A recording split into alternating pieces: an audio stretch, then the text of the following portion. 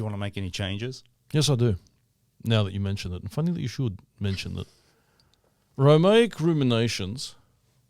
A, too long. B, Romaic Rooms. You know how there used to be that show, Changing Rooms? And it's all about renovations. Yes. And renovations are huge, and there's The Block, and there's all these other ones. I don't watch TV, so I don't know, but I'm told that people like to watch other people wrecking houses and then trying to fix them up for profit and for fame. Mm-hmm. Why can't we do that? Romaic Rooms. Yeah, because then it will boost the ratings, which right now are infinitesimally small. They're tanking, I think. I think not even the ants in the neighbouring anthill are watching. No. So why don't we do that? Romaic Rooms. All right. And we can decorate them in the Romaic fashion, which means we can have an argument about that, whether that means covering everything with plastic, whether it means putting plastic over the remote control, attaching a few doilies here and there. And can I ask, because this has been preying on my mind for a while, Pete, Yes. and I did want to ask this, why am I preceded in the background by illuminated balls? Don't get me wrong. Here we go. The audience wasn't able to see for a second. That's right over there. I love illuminated balls as much as the next man, Yeah. but why? Is this part of the renovation Romaic Rooms kind of look? Are we going to But look at the bright purvey? side. I'm actually in the void. I just saw whereas I am unavoidable. Completely. But are we purveying a kind of aesthetic? And I like what you did with that. Look at the bright side, illumination and the bright side while you're in the dark. Illumination This is poetry. when ruminating. Illuminating when ruminating. There you go. Now we can't get rid of the title. Then we change it to, instead of RU for ruminations, ROO for ruminating. And there you have a workable title. Oh, right. Okay, then. Do you like what the ball's illuminating? What's the balls illuminating? Oh, It's right in the corner over there. that's a stripy flag, which happens to be our own flag. And I would launch into a hearty rendition of the national anthem, all 157 stanzas of it, but there's not enough time. You've memorised them all? I have. You know what? As implausible as that sounds, I actually believe it. You shouldn't, because it is implausible. Why would you want to? We should talk about the national anthem one day. It's interesting. There's a lot of things to discuss about it. Really? Yeah. Okay, well, put that down for the list. It's got inner meanings. So, starting our show, a few things. We should not allow 2 weeks to go by before doing a show. The number of topics that you've been posting on Facebook have been stupendously high. So, I've had to sit there and sift through a whole lot of them. And I'm so sorry. yeah, stop being so I interesting. will attempt next time not to post anything, and then maybe we will shorten the duration between shows in that way. I thought that we weren't having a show after the last one because it was received so badly. I actually was received quite well, I believe. I don't think so. I think it was a total load of balls, illuminated or otherwise. Right. Okay. So, what are we doing here? Okay. So, first things first. Let's go to our screen right here. Here we are. There we go. Let me just bring that over here. There we go. Okay. So, what are we looking at here?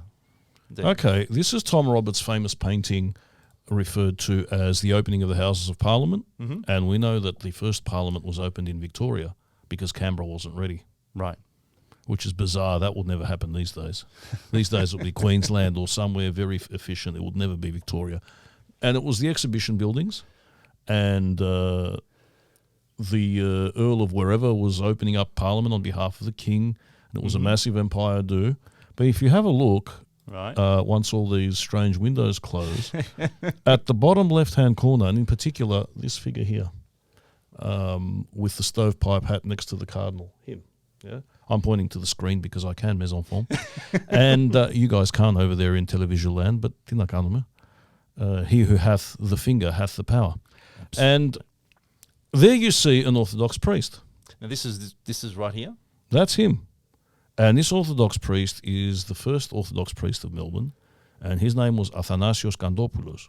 And he was probably the only Greek, but definitely the first Greek Orthodox priest to attend the opening of the House of Parliament. Wow. And that's because he was the only Greek priest here. He came from the Patriarchate of Jerusalem, and he was specifically chosen because in Melbourne at the time there were Greeks, there were Syrians, which covers Lebanon, Syria, Jordan, Palestine, these areas with a lot of Orthodox Christians, and Russians. And he had a smattering of all these tongues. So he was brought to Melbourne for that reason, to minister to the small Orthodox community that was here. They built the church in 1896, the Evangelismos Church, the iconic church, the first ever church in Melbourne that was purpose-built for Greeks by an architectural firm which also built Agios Eustathios in South Melbourne. Same firm, but obviously they built Saint Eustathios for the Anglican Church back then. Greeks bought that later. And Athanasios Kandopoulos is an interesting figure, Pete, because he had this ridiculous idea that he should treat Greeks, Syrians and Russians fairly and equally. No. So he would be doing things like holding services in Arabic.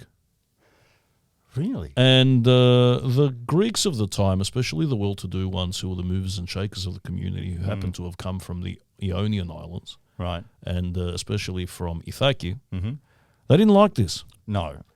And even though the Syrians and the Bulgarians contributed to the cost of creating and building Evangelismos Church, they were not considered to be equal by the head honchos in the community. Wow. So after a while, they were kicked out. And they were told, no, this church is only for Greeks, bugger off. And they went down the road, and that's why down the road, a couple of blocks away from Evangelismos on Victoria Street in East Melbourne, you find St. Nicholas Antiochian Church, which was the church that the Lebanese and the Syrians built for themselves after the Greeks told them to bugger off. There you go. And it's a great story about Greek philoxenia and tolerance. Well, lack thereof. Now, our Ithacan forefathers, and my dad's a Samyoti, and those of you who know early Greek history know that Samyotis and Ithacans in Melbourne did not get along. I didn't know that. Yes, and the reason why is because, well, I'm biased, but the Ithacans were being obtuse. The Samians were right. Of course. But the real reason is that it was basically the Ithacans were the old community. They were established. The Samians had just come. This was in the early 1900s, were considered upstarts. There was a bit of jostling for position and power and privilege and the kind of things that happen among Greeks. But the Ithacans did not like Kandopoulos, the priest. They believed that a priest should be controlled by the community, that the community leaders should tell a priest what to do and he should do it. And Kandopoulos believed that he should actually follow the Bible and the laws of the church. So there was a bit of a conflict, and after a while they engineered his removal. So the guy left. He had travelled to Western Australia. He travelled all around the continent trying to find Greek communities, back then very remote, very isolated, to minister to them. A tragic figure in the end, but a revered figure, I think, now. And he records our early, if you like, integration or contact with the mainstream community in this painting by the great Impressionist painter Tom Roberts. Wow. There you go. Kandopoulos, Athanasios. Fascinating stuff. Where did he end up, Dean? He went back to Greece. Yeah, whereabouts in Greece? Samos. Oh. Yeah. Is that the reason why you know so much about him? No, I actually know about him because Hugh Gilchrist of blessed memory, who was an Australian diplomat in Greece, was interested enough to research and write a book about early Greek Australians. Right. Which every Greek Australian mes-enfants should have. If you want to understand your history, if you want to understand where you come from, and really, if you want to understand how we cohere as a cohesive group, you got to read this book. Australians and Greeks, it's called. Wow. Yeah. 3 tomes. Australians and Greeks. That's the one. Okay. Good. Thanks for that.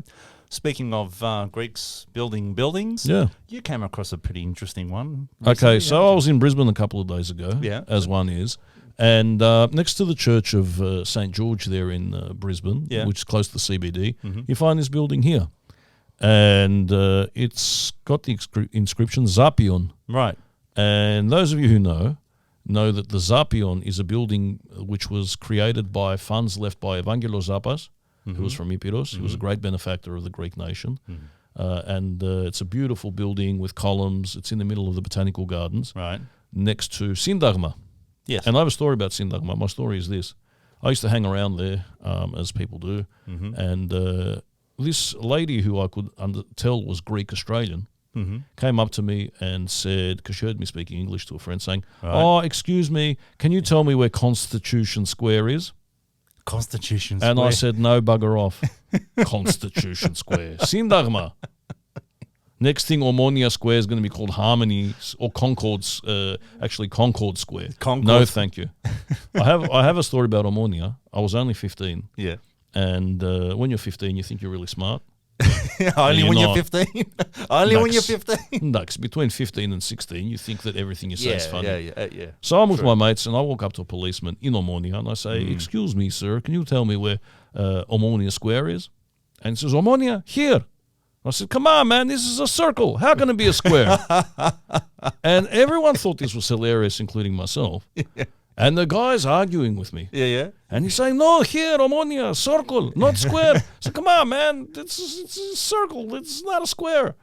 And he was getting really annoyed. And then he goes, "Gamotin Amerikisas, gamotisas Amerikanaka." To which I replied in Greek, "Kalare phile, pos kanis etsi?"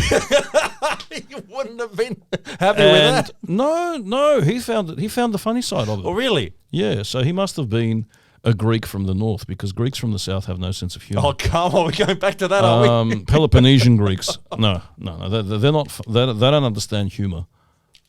Humor for a Peloponnesian Greek is if somebody falls over into a puddle and drowns. That's funny. So you must be part Peloponnesian because you laughed at that. I would have, as a half Epiroti, I would be singing Mirologia about this poor guy. Yeah, of course. But yeah, so that's my story. And I've digressed really way off topic, which is very uncharacteristic for me. As is me talking about myself. I never do this. But anyway, I mean, do you want to bring it back? Yeah, I'm in Brisbane. I noticed this, and I'm thinking, well, the Zapion is a building in Athens. I didn't know that we had one in Australia. And what happens is that George Freiligas in the 1920s, and the Freiligas family is a very famous family up in Brisbane. This family, members of them were honorary consuls for Greece. They were very active in the formation of the Brisbane community. They played a massive role in entrenching and ensuring that the Greeks played a very vibrant role in the development of Brisbane. So one of the Freiligases, George, built this in 1926, I think it was, right, and called it Zapion in honor of the building in Athens. Wow. As a way of stamping a little bit of Greece on the architecture and the streetscape of Queensland. And it is heritage listed, and there are entries about it in the Queensland Register of Historical Sites as Zapion, and they call it in Mediterranean style. In Mediterranean style. For me, this is more California bungalow meets Spanish mission. Yeah, it looks a little... But near enough is good enough, as we know about the Greek community. And I just think it's fascinating that you can travel to cities all around the world, or Brisbane, which is practically all around the world, and come across architecture or references to Greece.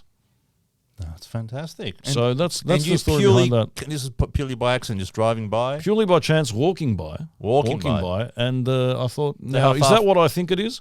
And it was what I thought it was. Wow, well, there you go. Yeah. Means we should actually do a travel log episode one day. Just you walking around, looking at things and finding some fascinating stuff. Have you been stalking me again? The thoughts crossed my mind. Oh. Something else that you've posted, which I found quite fascinating. Okay, so this is the president of a Greek organisation's wife, unearthed after the 1975 purging when they lost the elections and they forgot that they'd buried her in the backyard, and this was unearthed during the recent renovations. Okay. That was a particularly good year, 1975. It was the year that they decided to use white tablecloths instead of blue and white checked ones. They had a Geniki Synelevsi. Yeah. Yeah. And then there was a vote of no confidence in the president and the president's wife, hence that. Yeah, well. But she died on her throne. No, I digress and I'm being silly, mes enfants. What this is actually is the Greek, well, not the Greek, the Anatolian mother goddess Kiveli. Okay. She was worshipped in Anatolia because, believe it or not, before the Greeks, there were other people living in Asia Minor. Oh, so we're talking the pre-Greek... No. She was a pre-Greek goddess that was adopted by the Greeks who came to colonize and live in Asia Minor. Okay. Now, this lady here, who's in a remarkable state of preservation, the mother goddess Kiveli, comes from Kotiora, which is up north on the Black Sea in the region which we now refer to as Pontos. Mm-hmm. And she was discovered, believe it or not, in 2016. Very recently. Very recently. And there she is, with some form of furred mammal at her feet. Wow. But she was very, very big in Asia Minor. Have they dated it? I think this one here is 300 BC. Wow. Gee. It's definitely the Hellenistic times. How do they refer to it? Who? Pre-Rome? Our friends? Yeah. The custodians of the land from which we come. Yeah. See, I'd like to see that happening. Would you like to see that happening? Every time there's a function in Asia Minor, the dignitary is saying, I'd like to acknowledge the traditional custodians of this land. Wouldn't that be great? And pay my respects to the elders past, present, and emerging. And you know my story about these kind of buzz phrases. And I absolutely respect the native peoples of this land. Mm-hmm. And I have a few interesting opinions about the way. Now, you say the word interesting. Does that mean I have to brace myself now? I'm not. Interesting is in periphrasis because I'm not going to develop them on this show. Okay, fair enough. About how they were dispossessed and the bad things that happened to them and how that's sort of glossed over. But I will say this. I was at a function once and in country Victoria, and a lady had come from the city and she was using those phrases. Yep. I'd like to pay my respects to the elders, past, present, emerging. Yeah. So when she finished, I said to her, name one. Wow. She said, what? I said, name one. Name one what? I said, name one elder, past, present, or emerging. And she was looking at me the way people normally look at me when I speak to them. That way. Yeah. Yeah. And I said to her, come on, but you can't, can you? No. And she couldn't. No. And I said to her, well, isn't that a bit disrespectful that you mentioned this, but you don't know who they are? No. What exactly are you trying to do? Are you, A, trying to tell us that you're culturally sensitive when in actual fact you haven't made any effort to engage with these people, you don't know who they are? Or B, are you just using stock phrases to cover up the history of the land and the dispossession of these people? That does you blanket respecting their elders by saying a phrase make us all equal? You told her this? I did. And I only told her this because I think that, and we'll get to this topic I think today when we're talking about the Pontic Genocide. Yeah. Even if tomorrow the descendants of the perpetrators of this crime say, okay, we get it, we acknowledge it happened, whatever. Will that be enough for people? And how much is enough? Topic for later. But Kiveli from Pontos. And Kiveli, of course, was also the name of a famous actress in Greece. Right. Late 19th, early 20th century, and she happened to be the mistress of one George Papandreou, the father of Andreas Papandreou, also known as O Geros της Δημοκρατίας. Really? Yeah. I love having their mistresses, didn't they? Yeah, I mean, mistresses are a thing in Europe, at least until Macron came along. So, we'll get to that now.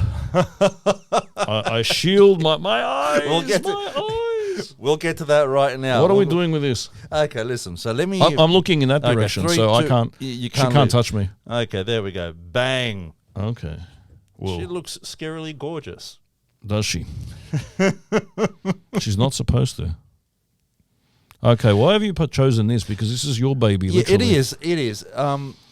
I've decided that on the show, I would like to discuss a particular topic that possibly you haven't covered in your Facebook posts, but something that is of great interest online at the moment. And at the moment, one of the topics that people are talking about is the relevance of Greek mythology today. Okay. So I've seen it, and I think, well, we've all seen elements of Greek mythology in many of the mythological stories that tell today. Like you can see elements of Greek mythology within many of the films we see today, not just the ones that reenact a whole lot of that stuff. Fast and Furious. Okay, which one would that one be? That's the one about Poseidon's premature ejaculation. Can I say ejaculation on this show? I can't say ejaculation on this show. Sorry for saying ejaculation on this show.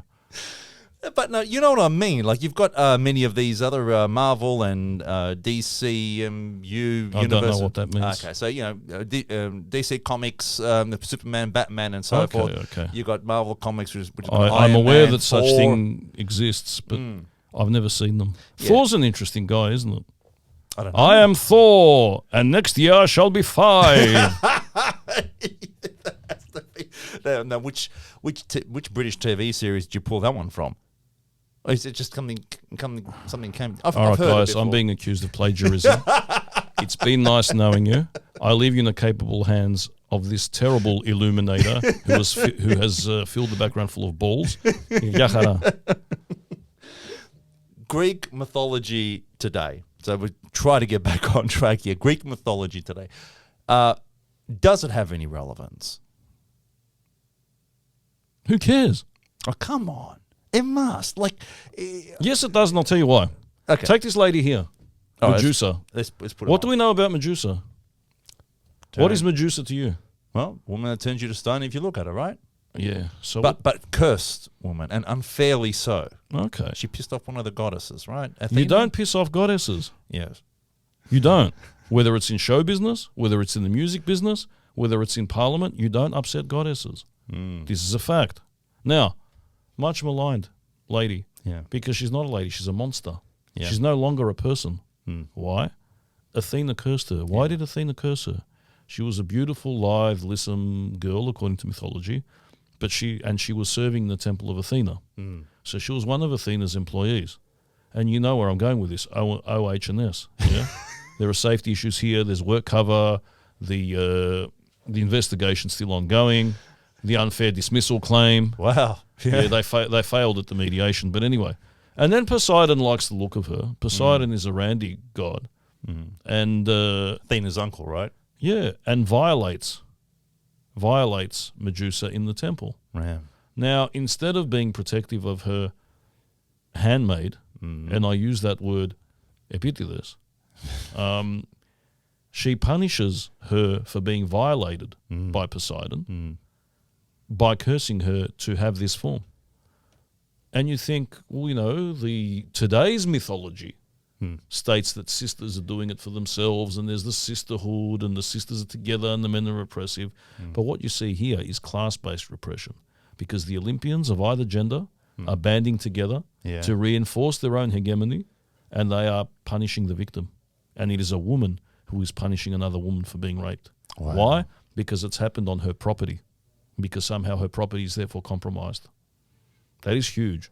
See, a lot of the feminist literature which I've read presents her as a really strong, emancipated figure. Oh, you know, she can turn men to stone. But I see it completely different. Women have destroyed her. Women have dehumanized her. Right. And she's a victim, and she should be pitied, not feared. Because imagine this. It's not your fault that when you look at people, they turn to stone. And you are denied basic communication and love. Because your natural reaction as a human being is to look at another human being. Yeah. That's how you communicate. That's how you connect visually before anything else. But you can't. She can't. No. She can't. The minute that she looks at someone, that person gets turned to stone, and she can't control that. Yeah. It is not her. Yeah. It is this nature that she's been transformed into. So myth as metamorphosis. She's no longer human. She's miserable. No, Perseus, who kills her, in my opinion, is an absolute twat. First of all the other demigods out there do it for themselves. You know, Hercules is out there bumbling about and doing whatever he wants. Perseus constantly needs help. It's always Athena's going to give him this.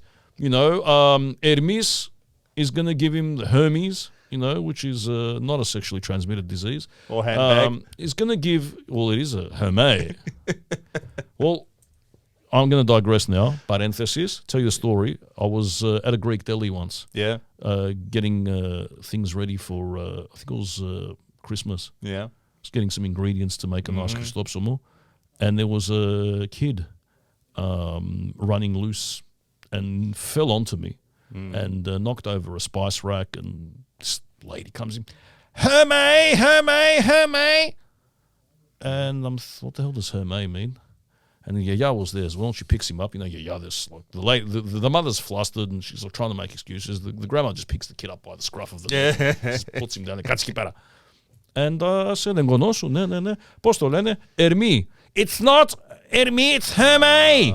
With the lady says, and yeah, Hermes. Hermes, the Greek god of handbags. So I found that interesting story.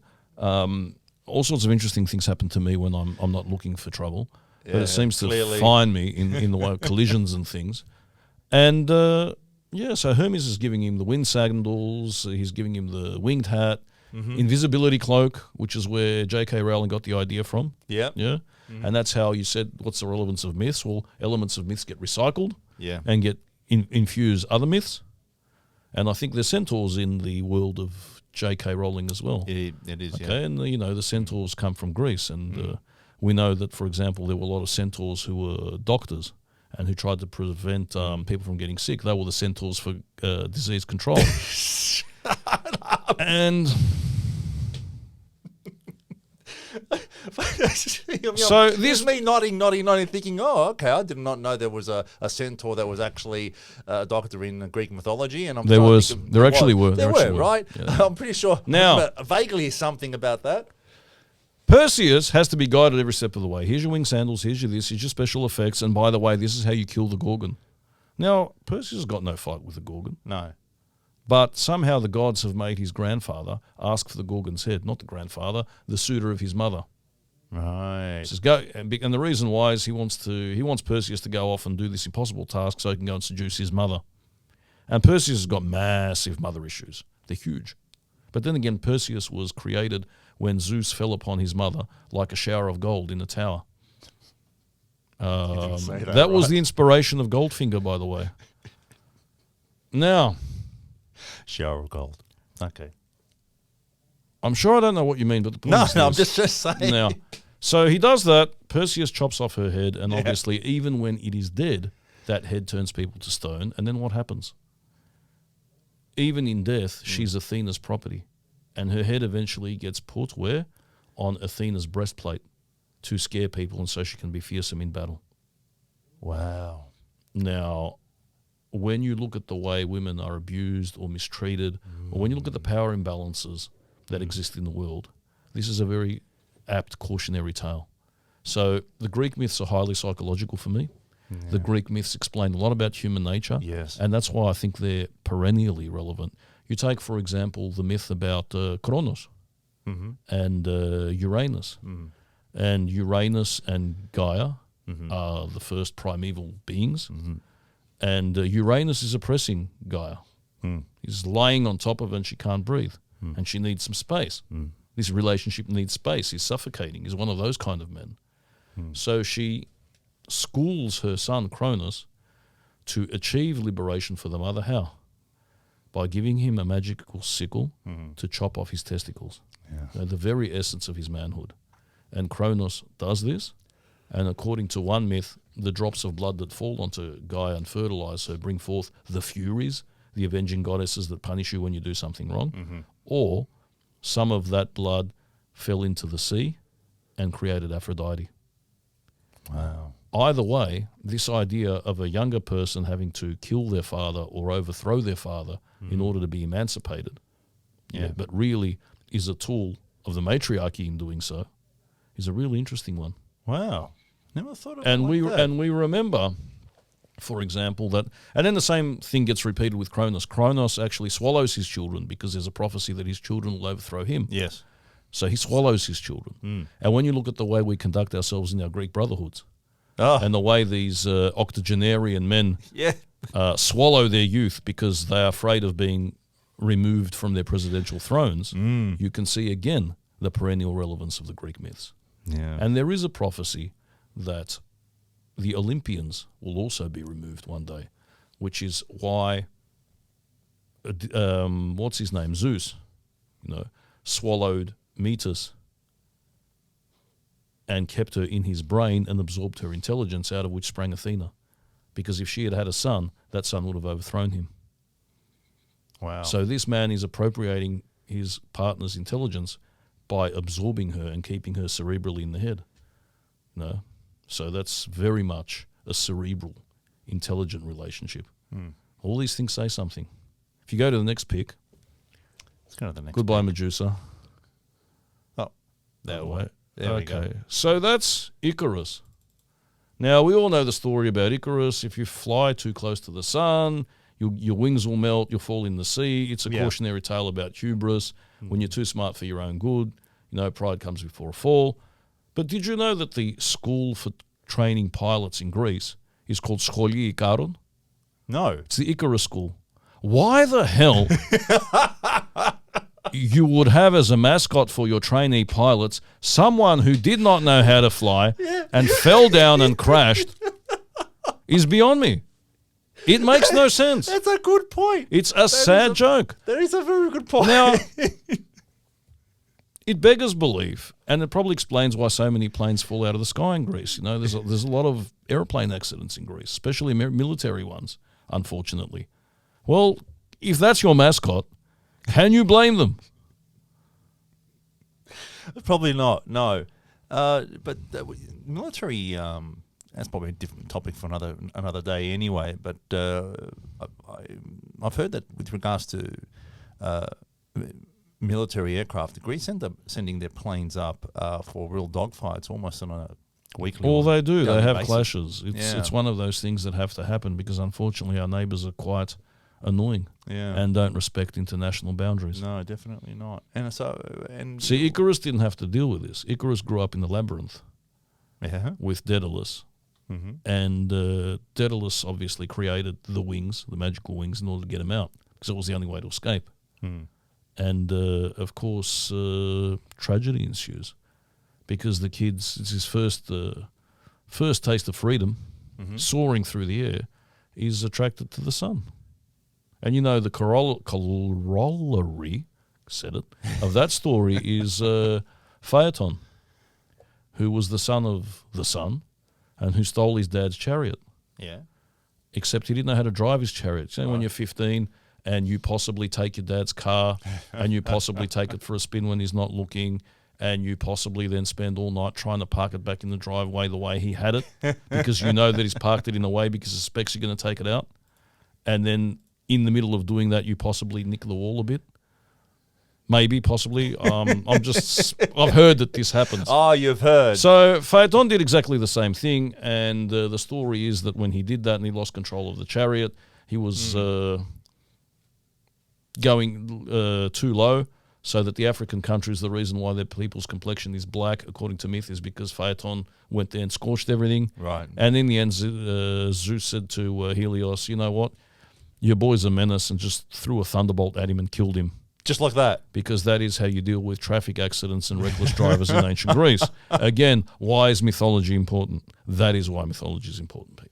I suppose we've only scratched the surface of it, right? Well, look, and the other thing is this. The way that we interpret our myths is based on two things. One is the ancient writers, where we find them. People like Homer, people like Hesiod, with his works and days and these poems, especially Hesiod, because the whole cosmogony is there. Yeah. And we only get very few versions of the myths. Now, the Byzantines, who still had a lot of the ancient texts that have been lost, refer in the encyclopedias, especially the one called the Suda, which is like a compilation of all known information at that time, refer to the other ancient writers who had different takes on, for example, the Trojan epic, right, with different endings. In some endings, it wasn't Helen's fault. In other ones, it was. There are endings which have Odysseus settle in Epirus. There are ones where he settles in Thessaly. There are all different plays on the myth. So these were constantly negotiated, reimagined in order to tell a story. Yeah. And that's the dynamic thing about myths. They never lose their currency because they're about human beings and human nature. And you can twist them, you can change them, you can play with them, you can do whatever you want. Do you remember that show which was a movie, Oh Brother, Where Art Thou, with George Clooney? Yes. Yeah, well, that was based on the Odyssey. I really didn't know that. And they're trying to escape, and there's a bit where he actually throws a stake into the guy's eye, and that's like killing the Cyclops. Right. When they're caught by the Ku Klux Klan. So even modern movies are to some extent sometimes based on the myths. The great, I think it was late 70s movie The Warriors, which was based on the March of the 10,000 of Xenophon. Wow. And that's actually I did not know that. gang warfare, and they're trying to get from one part of, I think, New York to the other. Yeah. Based on the ancient myths. Yeah. So perennially relevant. And of course the West has appropriated their myths, and they keep them as the foundation of their own sagas, even though they've got their own myths. But I mean, more people who are Australian in background would know Zeus than they would the Celtic gods. True. Or maybe the Saxon gods, except for Thor and maybe Odin. You know, and that tells you something about the perennial attraction of these. And well, the thing that we know is that a lot of these myths originally come from Babylonia anyway. Some of the myths are great. For example, Really, that I didn't know. yeah, that's another topic. We should go into it one we day. should go into. But leaving this topic aside, let's just talk about Ambelos. All right. Ambelos was the lover of Dionysus. Yeah. He gets killed, and from the blood that he spilled comes the grapevine, Ambeli. Ambeli. But the whole point of mythology was to actually develop a moral compass for this society, right? I don't think so. No? I really don't think so. You don't think so? I think it was a way of discussing human nature and the way it happens, because a lot of these people are amoral. You look at Odysseus. Yeah. When we talk about Odysseus, Yeah. what's prized about Odysseus is how crafty he is, how he's able to talk his way out of any situation, how he's able to survive. Yeah. And he lies a lot. Yeah. He cheats a lot. Yeah. He allows his companions to die. Yes. And even though Penelope, his wife, is sitting there patiently waiting all these years and weaving the tapestry and then pulling it apart because the suitors want her and all these things, he's off having a lot of fun with Circe and with Calypso. Right. And for 7 of those 10 years that he's wandering, he's actually with the nymph in the cave having a lot of fun. And in the end, she says to him, well, stay with me and I'll make you immortal. But he doesn't want her, a woman, to confer immortality to him, because then the power imbalance is different. Right. And he chooses to leave. Again, that psychological element. He will not accept immortality as a gift from a woman, because then it goes to that ancient Greek concept of obligation. Right. But but it doesn't that also? So I don't see it as a moral issue. Moral issue. You know, look at Hera. Hera's jealous, and she inflicts a lot of pain on the Zeus's victims, and I call them victims because Zeus rapes women and men. Not exactly the moral compass we're looking for. But I suppose it's more about the fact that the world is chaotic, and the world is full of forces we can't control, and how we deal with that. How we deal with it, right?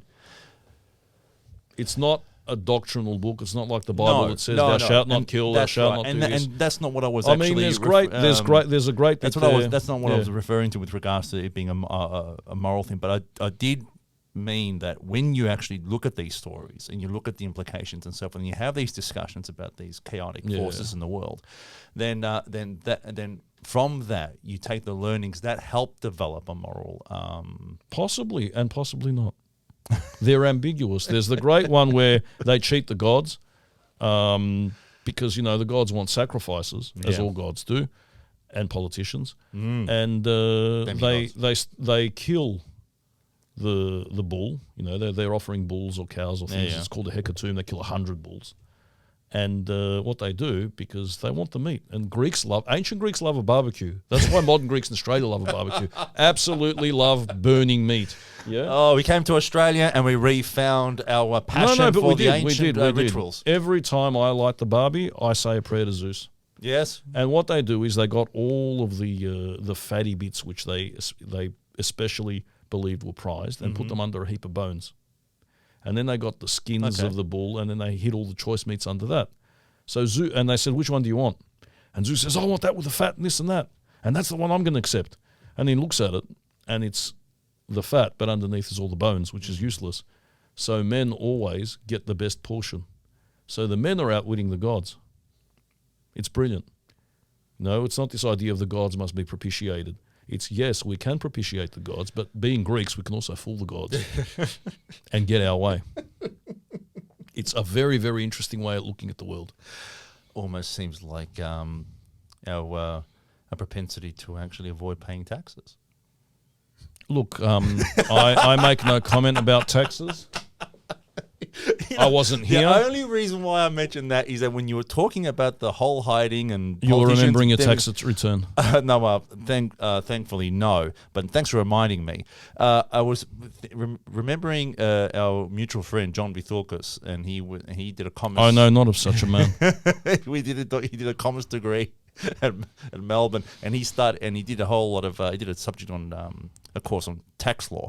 And he said that when you're actually doing all these subjects, it's basically case studies. He said the number of cases they had a Greek name versus the ATO. Greek name versus the ATO was phenomenal. Like it was amazing how many of these cases that led to plugging holes within tax law. Well, if were one linked considers to a Greek, if one considers that the ATO has godlike status because they have far-reaching powers, they can pierce a lot of corporate veils, do a lot of things. They have vast exploratory and investigative powers. They're like a god. they are. So the Greeks who are challenging the god Yes. are doing what their forefathers did before That's them. exactly what. That's the reason why it came to me. And that's so. Yeah. Thank you for explaining that. Anyway, moving on to something probably a little more. A little more solemn. So this month we commemorated the Greek Genocide on the 19th of May. What are we seeing here, Dean?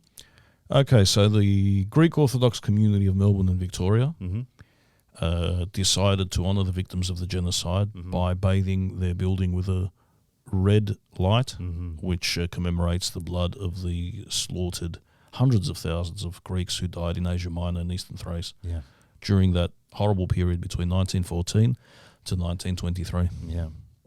And well done, I say. It's very important that the peak body in our community here in Melbourne takes a public stand and honours the memory of these people, because up until now, as you know, and we talk about this often, behind the scenes, these commemorations have basically been limited to the Pondian communities of Melbourne, and everyone else sort of says, yeah, it's sad, but they don't really care.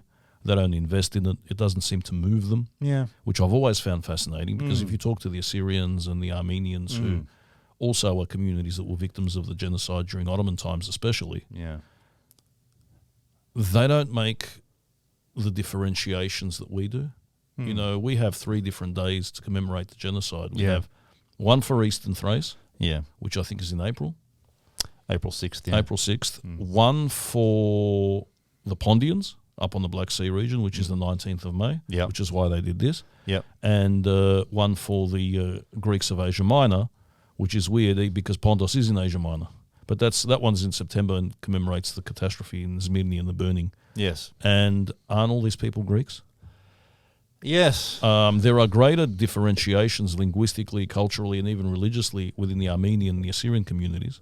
But they refer to this thing as an ethnic thing, because if it happens to one of their tribe, it happens to all of them. All of them. We don't have that. No. We're a funny bunch of people who seem to think that our common ancestors are Alexander the Great, Pericles, and Kolokotroni. But apart from that, each to his own village. And if it didn't happen in my village, I really don't give a stuff. Which is why up until recently you see hardly anyone at the commemorations that the Pondian communities organise for these kind of things. Lately that's changing. I think there's a lot more sensitivity about the issue, and I think that's great. And I think that's also got to do with the moves that have been made within the community in the past 20 years, to get the Assyrian and the Armenian community involved and present it as a Christian genocide, because that's what it was. That's exactly what it was. And also in terms of renaming it and calling it a Greek genocide rather than a specifically Pondian. Because you do that and then automatically you're typecasting the thing. Correct. You're removing the Pondians from the body of Greeks. People who are not Pondian will not sympathise with it. It becomes isolated, it becomes compartmentalised and outside of the narrative.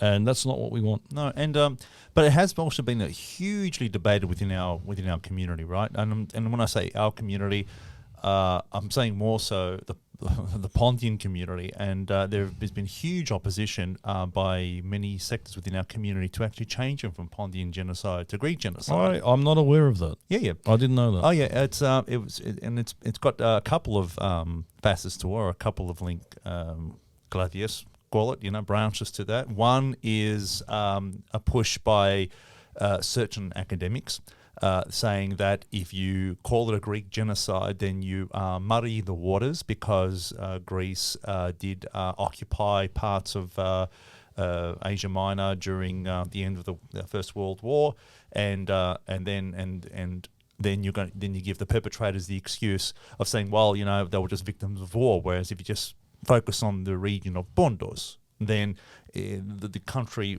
Greece or the army of Greece isn't brought into the equation. Is this an academic from Australia who's saying this? An academic from Greece? An academic from Greece. I'm not surprised because Greek academics don't know their tits from their asshole.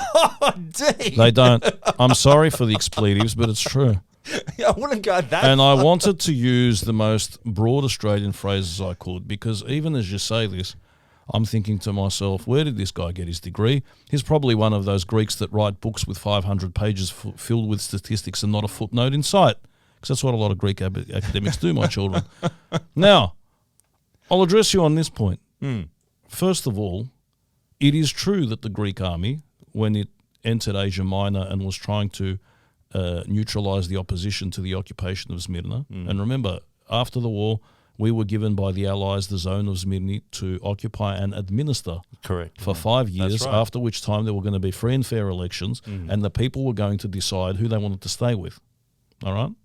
It was not an invasion as the West portrays it.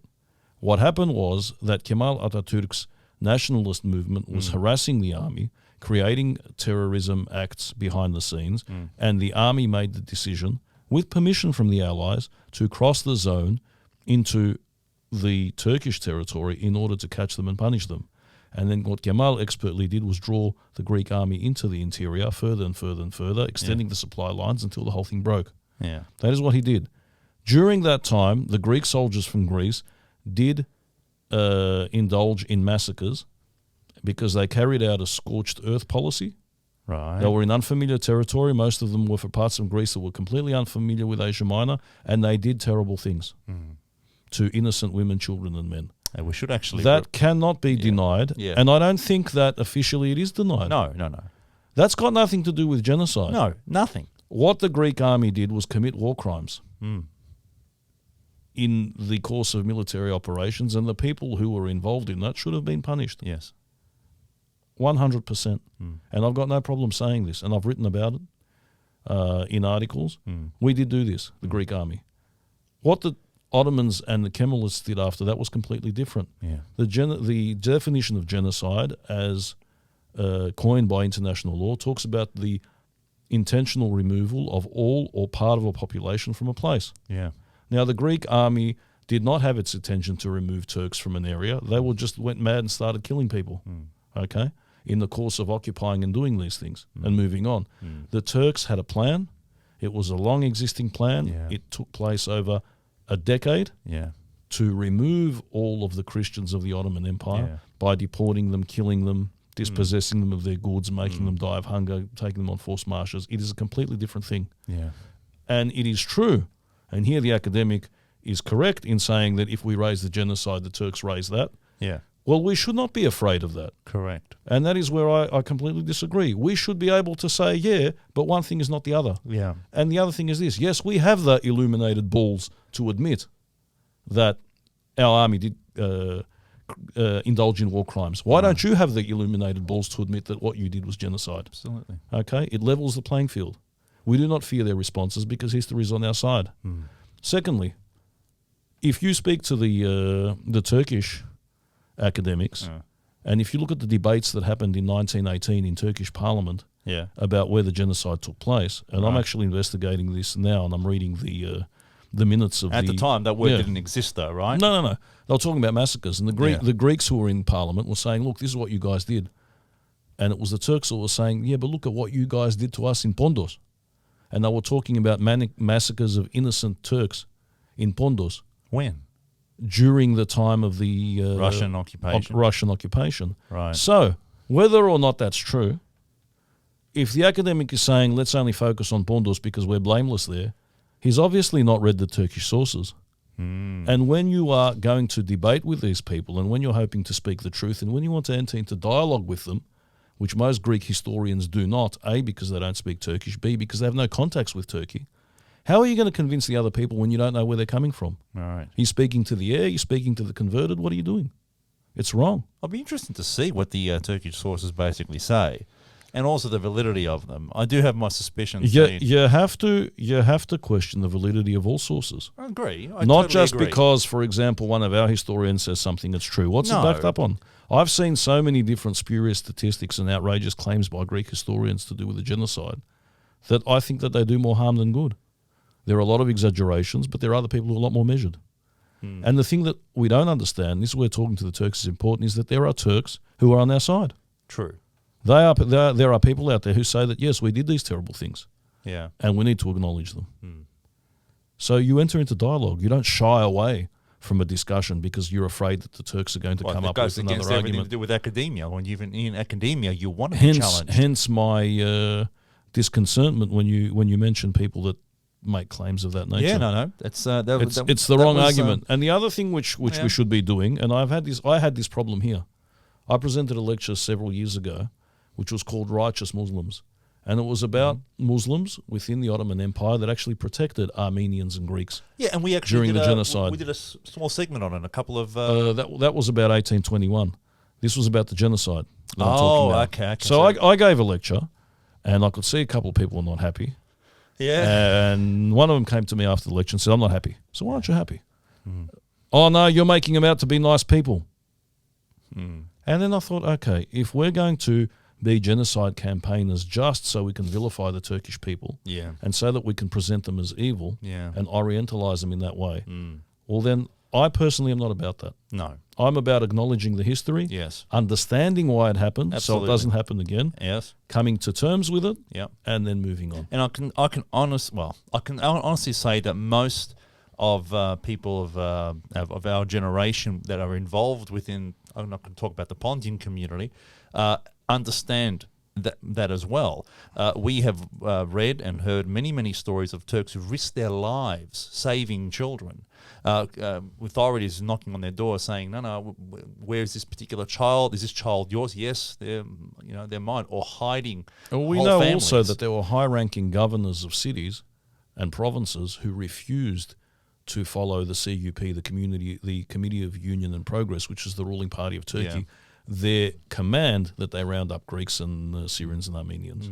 And these people were replaced, so they suffered with their careers for not doing this because they were principled people, because principle and morality knows no race. It's not what's the word, confined to one religion. We share in the basic pool of humanity. Okay, so these are things we should discuss. And again, it's a great thing to raise, because if these people are protecting victims and you have these genocide deniers, if the genocide didn't happen, what were these righteous Muslims protecting these people from? It is an argument which strengthens our contention. And the other thing that no one's ever discussed is this.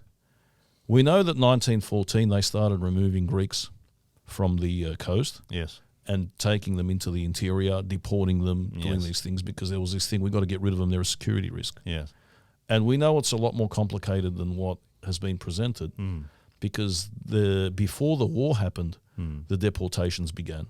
Yes, before the war. And we know, for example, that Venizelos got in touch with his counterparts because Venizelos was in power then, in the Ottoman Empire, and said, "You got to stop this." And they said, "You give us a guarantee you won't enter the war and you remain neutral, and we'll stop the massacre." It was that cynical. So when we talk about Venizelos' problem with the king and how the king was a Germanophile, didn't want to enter into the war, and Venizelos did want to enter the war, we've got to look at Venizelos as an opportunistic politician who would sway every way the wind went to get the best deal. Because in 1914, in order to stop the massacre from happening, he did undertake that Greece would remain neutral. Wow. Whereas we present him as a champion of the Entente and of these powers. It's a bit more complicated. It always is, though, Dean, isn't it? And even this idea that we've got to secure Asia Minor, everyone says we should never have gone there. These people needed to be protected. Yes. Because they were getting killed constantly. That's right. Throughout the war. And then afterwards, the aftermath. So it's a complicated issue, and it requires a lot of study, and it requires a lot of dialogue, and it requires sensitive handling. I am very heartened by the fact that the Armenian genocide was acknowledged and recognized by the American president, Joe Biden. I think that's a great step forward. It is. A lot of people said to me, "Oh, he did that, but he didn't recognize the Greek genocide. Why?" And they're really upset, because what about me? It isn't fair, to quote a famous poet. And I say this, well, it's not official Greek government policy, because the Treaty of Lausanne was signed in 1923, and that treaty stipulates whatever happened, all bets are off, we're done now. And Greece has never raised this on an official level. You It's say not Greek that policy. thing. You say that there have been countless leaders, prime ministers of Greece, that have turned around and have actually used the words, "This is a national issue." Είναι εθνικό θέμα, right? Yeah. And now let's see how many times that's been raised with Turkey. And this is Never. This is the obfuscation I can't stand, because I've sort of made that point somewhat on Greek TV recently. But I want to know what directives the Greek government's giving their ambassadors, their consul generals in these respective countries when it comes to an issue like this. Because people say, the excuse I can't stand, and I hear, is that, we can't get involved in Australian politics. Like, well, why are you here if it's not to advocate Greek national issues? Yes, but then the question is, just because you have an idea as a Greek Australian born here what a Greek national issue is, that doesn't mean that you represent Greece's interests. You represent a particular view of history and your understanding of your own identity. You don't represent Greece's interests as they are perceived by Greeks or by the Greek Foreign Ministry. These are two different things. Okay. And there's a little bit of cynicism which is involved in this. We have to be careful. They've got a job to do. Right. Our interests are not exactly their interests. We're somewhere in between the two worlds. They call it a national issue. They will call things by whatever name in order to get enough votes. Yeah. And that is the reason why we have 3 different dates to commemorate the genocide How of we the Greeks. fix that? That's Dean? so that we can. Do you have any ideas how we go about fixing that? Because with regards to that issue, I've been asked that question a number of times, and I'm telling you now, I'm always stumped. Admittedly, I'm stumped. Well, I look at it this way. Discussion. I look at it this way. We've got to say one thing. We've got to acknowledge that what Greece does is Greece's business. Yeah. We're applauding Hellenes. We're a completely different thing. Okay, I can agree with that. And I had this discussion with members of the Macedonian community. Yes. When the Prespes agreement was happening. Yes. And I said to them this, do you have a backup plan? I mean, none of you agree with Prespes. Right. And the Greek government looks set to ratify this agreement. Yes. What are you going to do after that? Because you know that when you knock on anyone's official door here in Australia, they'll say, but your government has recognised this. Correct. Are we going now to oppose Greek government policy and come up with our own? Right. And how will that assist things? Do we separate ourselves from Greece's interests in that way? Do we align ourselves with Greece unflinchingly? And if we don't, what are the repercussions? It's a hard question. We've had to deal with that as Epirotes all our lives because we were involved in the Northern Epirus issue and campaigning for rights for Greeks in Northern Epirus. Yes. And the Greek government's response was always, stop talking about this issue. Originally, they'd tell us things like, there are no Greeks in Northern Epirus, and if they are, they're having a great time. Say that, Dean. Because they don't want to deal with the problem, and they don't want amateurs like us talking about the problem. Amateurs. Because between us and our groups, there are people who are logical, there are people who are cynical, there are people who are diehard fanatic, and sometimes that does more harm than good. Sometimes it does more good than harm, though. Well, 1821 is perfect. On the Macedonian front, I remember a certain consul general telling us in 2007, go and organise a demonstration. There was a secret meeting. He gave a said, direction. I think you guys should you organise a demonstration. Okay. And I said, okay, just to clarify, you want us to go and organise a demonstration. He turned to me, screamed, goes, don't you dare put words in my mouth. I never said that. I can't be involved in anything you're doing. And I said, you know what, you're a joke. I'm going home. Then, some years later, a specific consul general in Melbourne held a meeting where she was trying to stop us from having a demonstration about Macedonia. And this person said to us, if you promise not to have a demonstration, I will organise for the Louvre in Paris to send those sections of the Parthenon marbles that they hold, because they hold a little bit of them, to Australia on an exhibition. What? She's bargaining with our community on an ethnic issue. And all of the elderly lads in the room, because she was a lady, and they quite liked her, began to salivate and think this is great.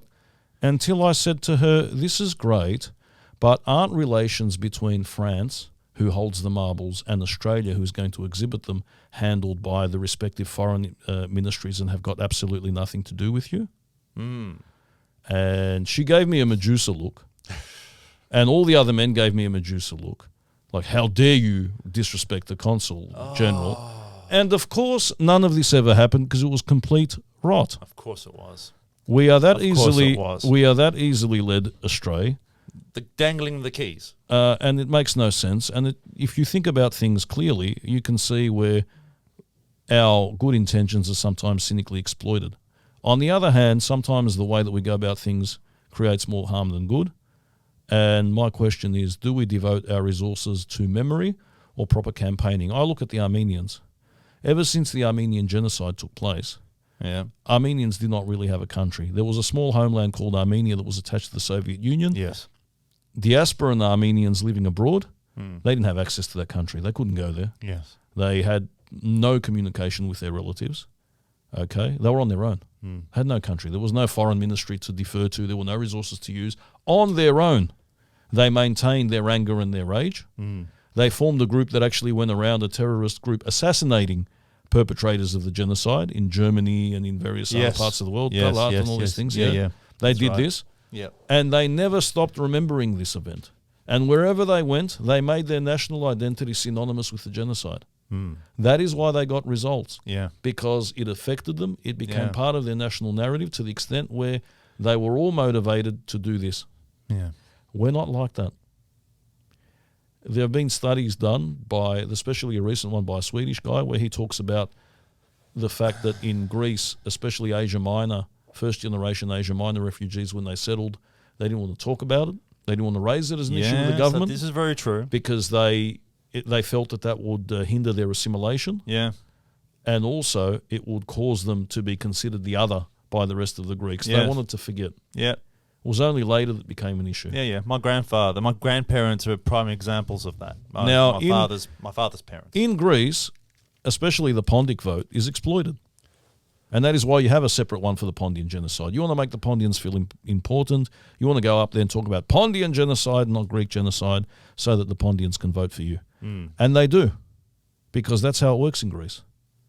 That is how easily and cynically you can exploit votes.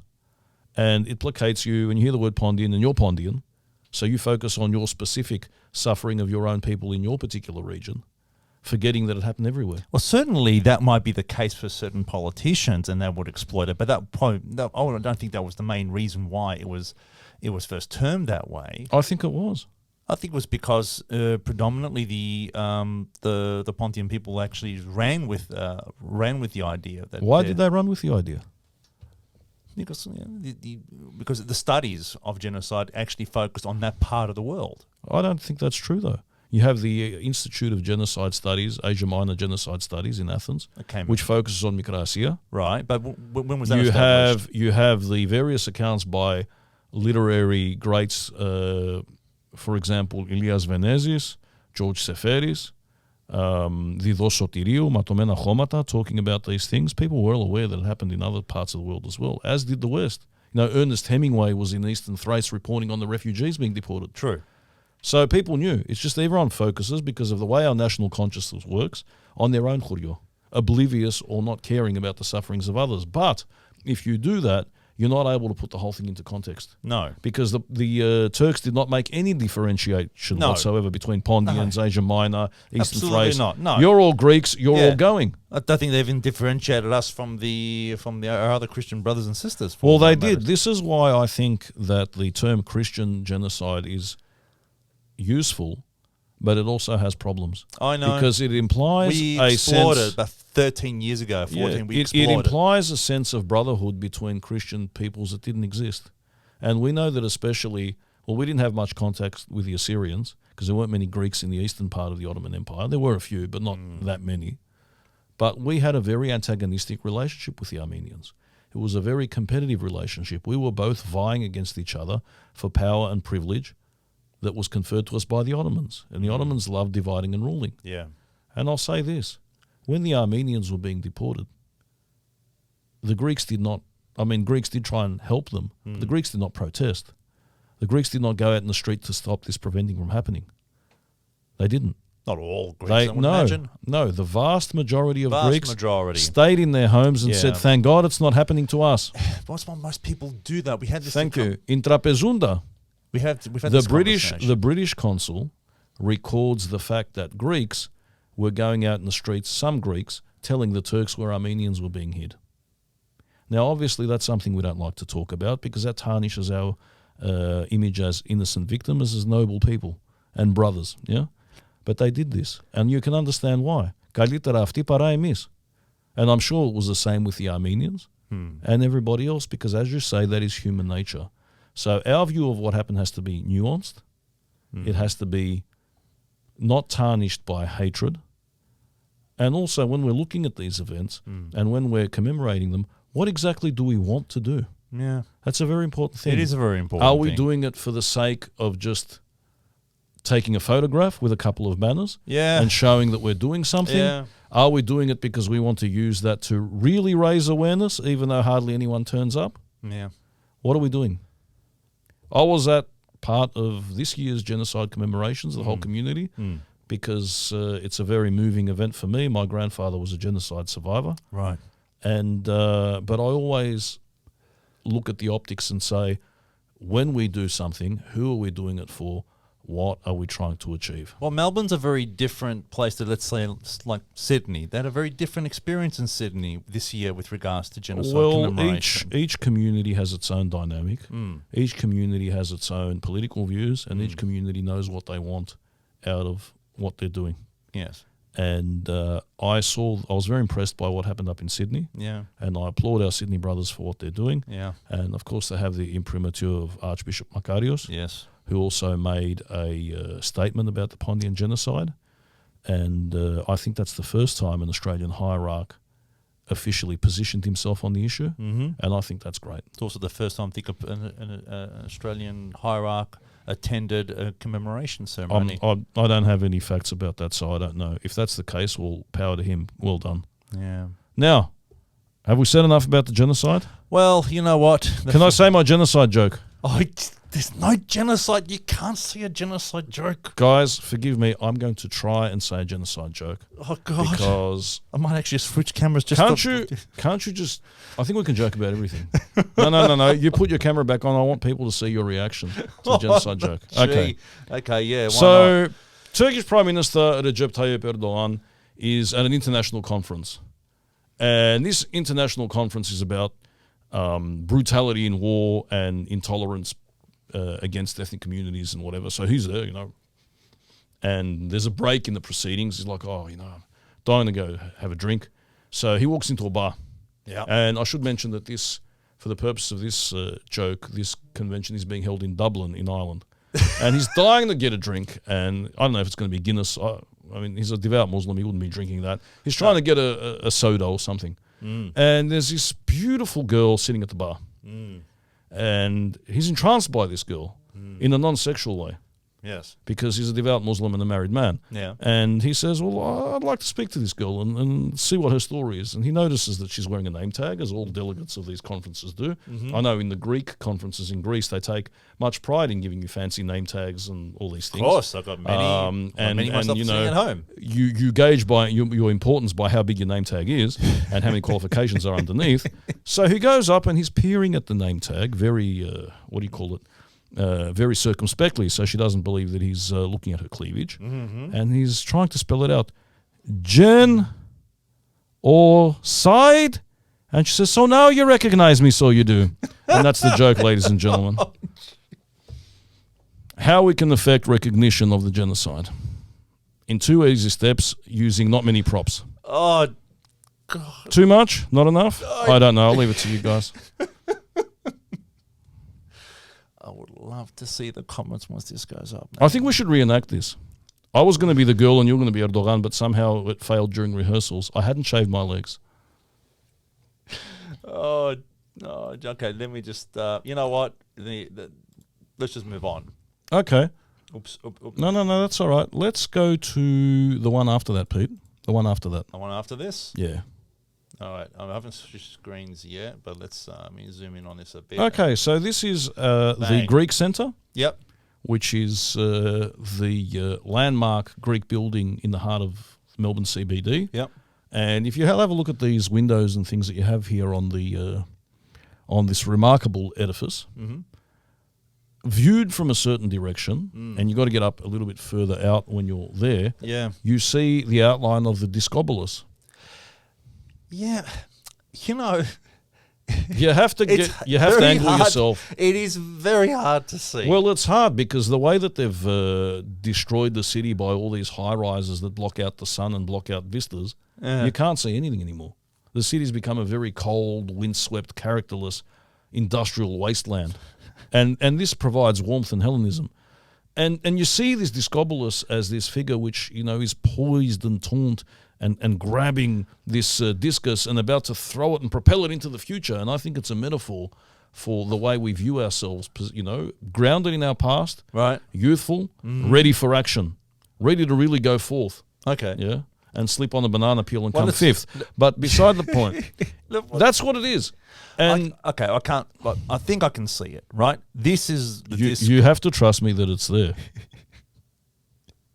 Well, but it is. And let's try to actually get it some sort of outline for people who are seeing, because it's very hard for them to actually see so this. up the top they're holding the discus. The discus is here. Yeah, and then That's the arm. That's the arm, and then there's the back, which is being arched. Yeah, arched. And then there's the legs. And there's the legs are here, right? So he's about to hurl this discus in the direction of Parliament House, hoping to hit some. That's true. That's Parliament true. House It's is up oriented that way. So he's hoping to catch them as they're leaving the building. Now, let's go back to the one before this. Because for us, youthfulness, connected to our past, all these things. There you go. In case you didn't know what the discobolus looked like, this is but it hasn't always been used for good. And we know that the discobolus was a famous ancient Greek statue, which was highly prized, and the Romans made copies of it, and they loved it. And then in 1938, Leni Riefenstahl, who was Hitler's filmmaker, the great propagandist, created this film Olympia based on her footage of the 1936 Berlin Games. Right. And that starts with all of these statues, classical statues. Mm-hmm. And then there's a picture of the statue of the discobolus. Yeah. And then they pour oil all over it, and then the mist descends, and then a man emerges in the same pose as the discobolus, this dude, and then he throws that discus. And the inference is clear. Nazi Germany has appropriated the legacy of ancient Greece. Not only that Aryanism, that pureness, the classicism, the whiteness of the statues, because them, like all of the other Western people, believed that the statues were white when they weren't. We used to paint them in gaudy colours, yes, like the Assyrians and the Babylonians did. And we've lost our appreciation of that because the colours have faded, but a few bits survive. Yeah. So there's that, and there's that idea that the Aryan, that the Nazis, lean, mean fighting machine. Yeah. And they've basically taken what we looked at in the ancient times as cultivating mind, body, and soul, and perverting it for their own ends. And Hitler was obsessed with this statue. Oh. And Hitler loved this statue so much that he actually arranged to purchase it from the Italians, one copy of it, which was unearthed in the 1700s, a Roman copy. Right. And he brought it to Berlin. Originally, Mussolini's son-in-law, Galeazzo Ciano, who was a foreign minister, didn't want to sell it to him. But over his objections, in order to please Hitler, Mussolini sent it to him. All right. And it was installed with much fanfare in Munich, a city which we've both visited and love. Yes. That Burger Braukeller and the beer is fantastic. Love Munich. And Hitler told people, you need to come and see this because this is perfection of the human form, and this is what we're all about. Okay. So you see how symbols become appropriated and perverted to suit other ends. Yeah. And that's what happened with him. And we know that in the end, I think in 1949, it was returned to Italy. Okay. Actually, I think it was 47.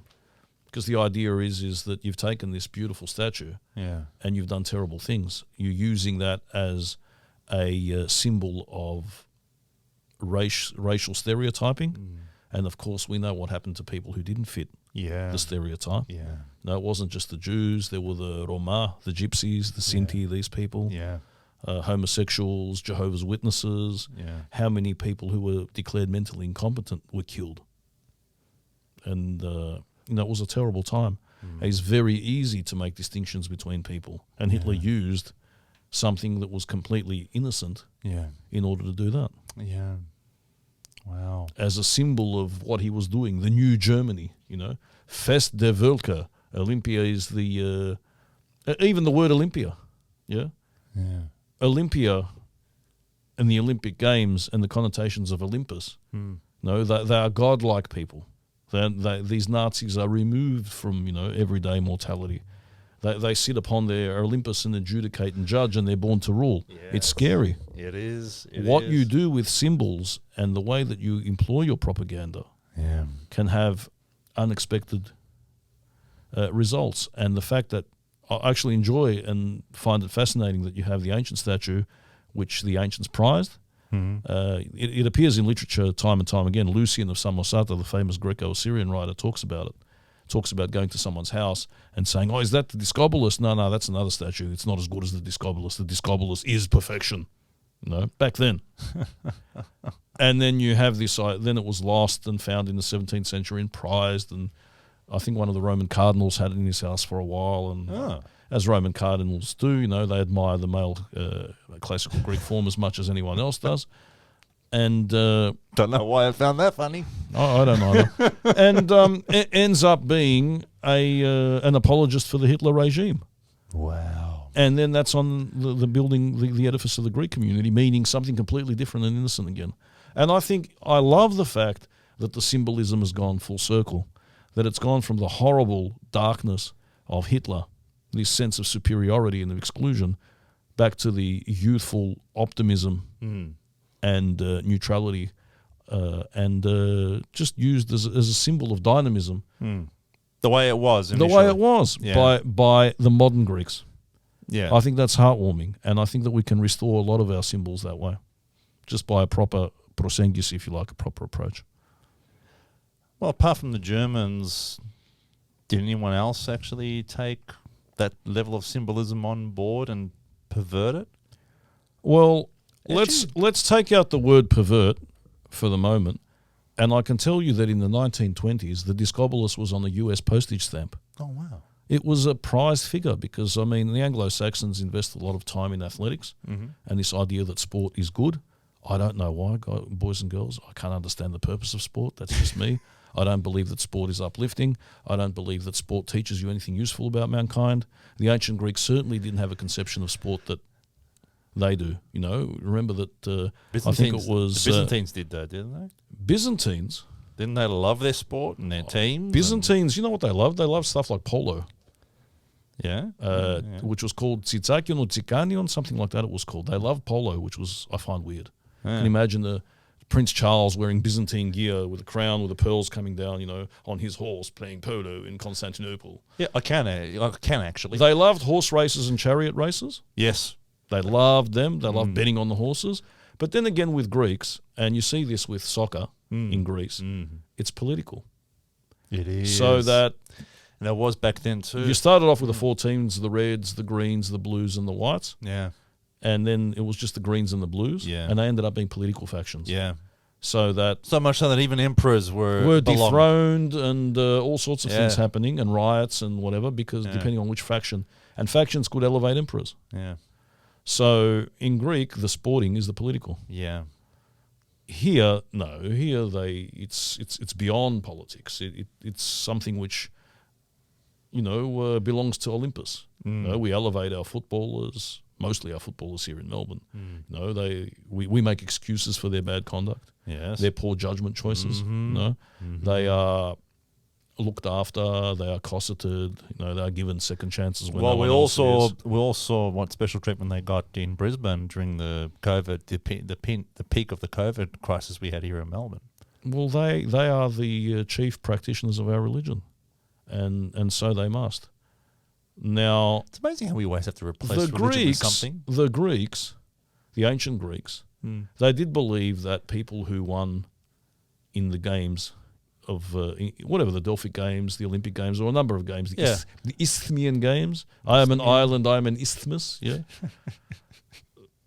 that they brought glory to their own people, They come back, the old faded statues were... But apart from that, really, apart from imparting glory upon your tribe and your people, the main motivation for you is for you to win and for you to get personal glory. Yes. That was it. Mm. And it was just glory because you didn't get sponsorship. Yeah. There was none of this, we're going to put you up in a nice apartment and give you advertising deals, and then you can advertise superannuation later on national television. You got a laurel wreath, there was an inscription, you may get a statue back home, and that's it, you're done. But now we contract that out. We want the glory, but we don't want to do the work for us, so we contract that out to players, football players, right? And then when they win, we win.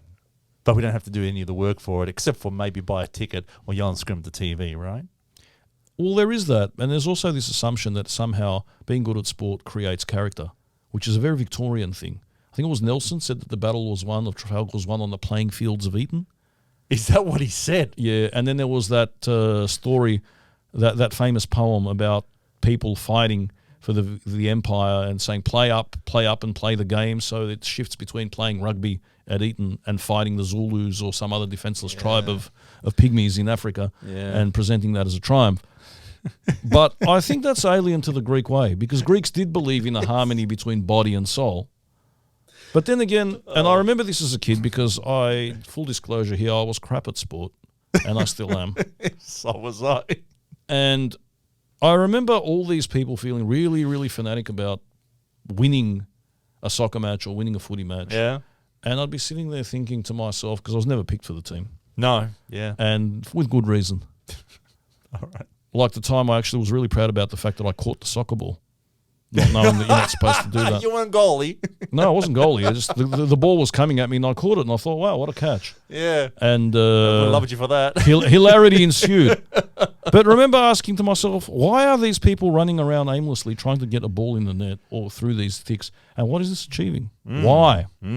So my idea of sport is getting them all around or in a circle saying, okay, you've just put this ball in the net or you've just kicked it through the big sticks. How does that make you feel and what do you think you've achieved? We can all have a little discussion about that and each person can say what they want to say. And if I survive and I don't get thumped, maybe we can come to some conclusions. Yeah, zap them of all their fun. What I used to like to do... Take that away from them. What would you have them do instead? Well, I'll tell you this. I went to a school that idolised footballers and it was actually a training ground for... They would recruit good people and then these people would end up in the AFL. Yeah. And I went to school with a lot of footballers. What I liked to do in year 11, not so much in year 12, but in year 11, was when they were out playing and they were obsessed with playing whatever in lunchtime, I would go forth among them and steal the ball and run away with it. Mate, you were game. So I would have all these 7-foot Viking giants and descendants of the Varangian Guard after me. And catching me after a very short amount of time because I had no stamina, pummeling me to death, elbows, knees. Why would you do that to yourself? Toes, because I wanted to make a visual protest against too much emphasis on football. Right. And the fact that these people had a lot of attention from their teachers, a lot of extra tutoring, which we weren't given the benefit of. Of course because they were going to enter the AFL. Yes. And this would happen every lunchtime, and every lunchtime I would get beaten to a bloody pulp, and then I would retrieve the ball, and then I'd do it again. Did it change anything though, Dean? It did, because eventually they got to expect it. And the days that I didn't do it because I was, at home nursing my wounds or doing something else, they felt sad. And they would say, where is that bastard? We're looking for someone to punch. Oh, God. And I did this all year. And in the end, some of those people became some of my closest and greatest friends. Are you serious? Yeah. That's a nice story. I see no relevance to this story whatsoever. Which is a nice story to end it on because we went from, Discobolus being a symbol for Nazi Aryanism and finishing off on you stealing footballs and becoming good friends with footballers. And that's the thing. We started with the Illuminated ball behind us and we're finishing with other balls. Let's have a look. Either way, there we go. There we go. We characterize today's session, if we were to give the episode a name, balls. It's the balls. It's a complete balls up. It is. This is all changing, mind you. It's just like this for this episode. Oh, and the light's just gone out. And I think we should too. Yeah, it's not the only light that's gone out. All right, Dean. Until next time. No outro again, because, that's just a thing now. That's how it's just going to be. No Yeah. frills, no outro. No, Kind not of all. like no name brand lollies back in the day. I'm showing my age here. Yeah. Okay, well, au revoir. Oh, Auf well, Wiedersehen. yes, that's right. And that's what you use German to end the show on. Can you say it in like something a little more friendly? Shit it is. Shall I this matter?